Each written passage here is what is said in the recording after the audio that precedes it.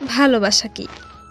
অপমান অবহেলা করে ব্যস্ততার অজুহাত দেখিয়ে দীর্ঘদিনের সম্পর্ক ভেঙে অন্য একজনের সাথে সম্পর্ক করার পরেও সে একদিন ঠিক আমার অভাব অনুভব করে আমার কাছে ফিরে আসবে বলে এই বোকা বিশ্বাসের নাম ভালোবাসা।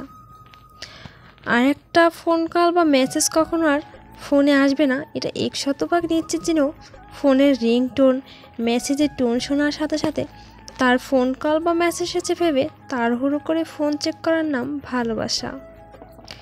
যে মানুষটা এত বেশি কাঁদানোর পরেও তাকে ফিরে পাওয়ার জন্য জায়নামাজে বসে ব্যাকুল হয়ে কান্না করার নাম ভালোবাসা। সে অন্য কারোর সাথে ব্যস্ত আছে জেনেও তার জন্য রাতের পর রাত নির্ঘুম কাটানো, তাকে ঘৃণা করার পরিবর্তে তার স্মৃতিগুলোকে মনের মধ্যে বাঁচিয়ে রাখার নাম ভালোবাসা। সে দিনের পর দিন মিথ্যে বলেছে, ঠকিয়ে গেছে, নিখুঁত অভিনয় করে গেছে, সেটা জানার পরেও তাকে পাবার, তাকে দেখার আকুলতার নাম ভালোবাসা। এক আপুর ভালোবাসার গল্প শুনেছিলাম, আর গল্পটি শোনার পর আমি রীতিমতো অবাক হয়ে গেছিলাম। ঘটকের মাধ্যমে বিয়ে হয়ে আপুর। বিয়ে ঠিক হওয়ার 2 মাস পর ভাইয়ার সাথে আপুর কথা হয়। তখন তার মন মানসিকতা ভালোই ছিল, খোঁজ খবর নিত ভাইয়াটা আপুর। তারপর বিয়ে হলো আপুর। এখন আপুর বিয়ের 4 মাস চলে। এখন ভাইয়ার আচরণ অন্যরকম।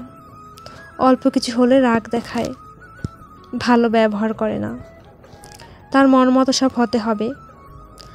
আপু আমাকে বলল, আমি এখন বুঝতেছি না কেন এমন হলো। বিয়ের আগের চেহারা আর এখন বর্তমানের চেহারা দুটাই আলাদা। কেন এই পরিবর্তন আমি নিজেও জানি না।